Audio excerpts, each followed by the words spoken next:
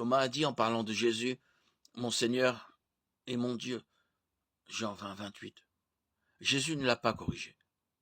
Tite 2,13 nous encourage à attendre le retour de notre grand Dieu et Sauveur Jésus-Christ. 2 Pierre 1,1. Dans Hébreux 1,8, le Père déclare en parlant de Jésus, « Mais il a dit au Fils, ton trône, ô Dieu, est éternel.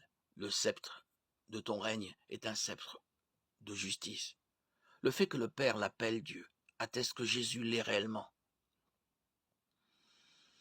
Dans l'Apocalypse, un ange a averti l'apôtre Jean de n'adorer que Dieu. Apocalypse 19, 10. Plusieurs fois dans la Bible, Jésus est adoré. Matthieu 2, 11, 14, 33.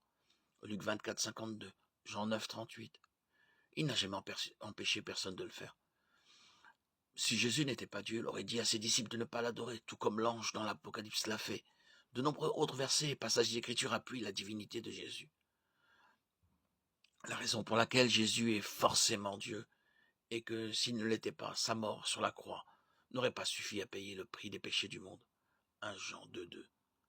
Un être créé comme Jésus l'aurait été s'il n'avait pas été Dieu, ne pouvait payer le prix infini du péché contre un Dieu infini. Dieu seul pouvait payer un tel prix, prendre sur lui tous les péchés du monde, mourir et ressusciter pour prouver sa victoire sur le péché et la mort.